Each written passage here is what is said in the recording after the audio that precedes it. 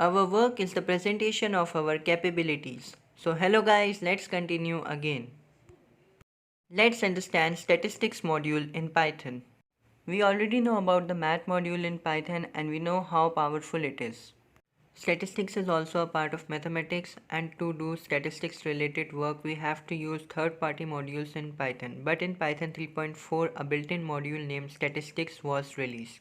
This module is based on math module and random module, and we have seen both of them.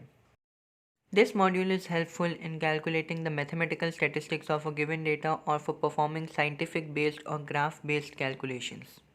This module provides a good number of methods which are very much helpful in data analysis. Now let's understand how to use the methods provided by this module. First of all, we have to import the statistics module. Here I have assigned an alias to it using the as keyword because its name is very long. After that we have to write st, which is the alias dot method name, and we have to provide the required arguments.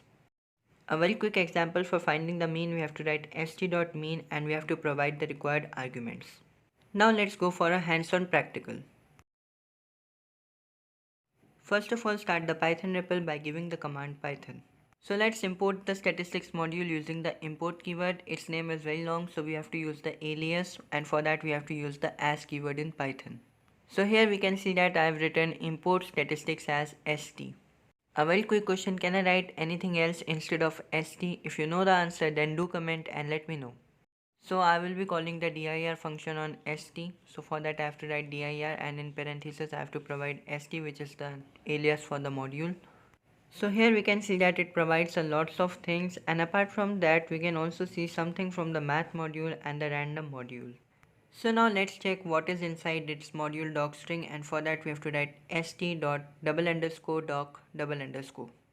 So here, even though it prints the module docstring, but there are some escape sequence characters like \n. So why they are coming? If you know the answer, then do comment and let me know. Here I am again using the dir function on the module, so we can again see all the methods provided by this module. So now let's see the first method provided by this module, which is the mean method, and for that we have to write st.mean. The mean method takes only one argument, which can be an iterable. So here I am providing a list. So mean is nothing but the average of the given number, so it will actually calculate the mean of the numbers that I have provided in the list. Now let's see the mode method provided by this module. So for that we have to again write st.mode, and then we have to again provide an iterable. It only takes one argument, and here I am providing a list. Mode will actually return a number which was the most repeated in the given iterable. In this list it was 3. Now let's see how to use the median method provided by this module, and for that we have to write st.median, and again we have to provide a iterable. So here I am again providing a list. It basically finds the middle value of the given iterable. In this case it is a list. Now let's try to calculate the harmonic mean, and for that we have to write st.harmonic mean, and we have to again provide the iterable, and in this case I am providing a list. It finds the central location of the given iterable. Now let's try to use the standard deviation provided by this module, and for that we have to write st.stdef and provide an iterable. Standard deviation basically checks how much deviated our data is. What is the deviation of our data? If it is very high, it means that our data is very much spread out and values are not very much correlated and they are very much far from each other. But if it is very less, or if it is equal to 0, which means that values are almost equal or they are in the same interval and very much related to each other.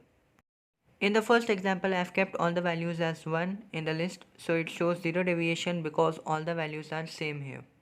So in the second example, I have changed one value, rest all remains the same.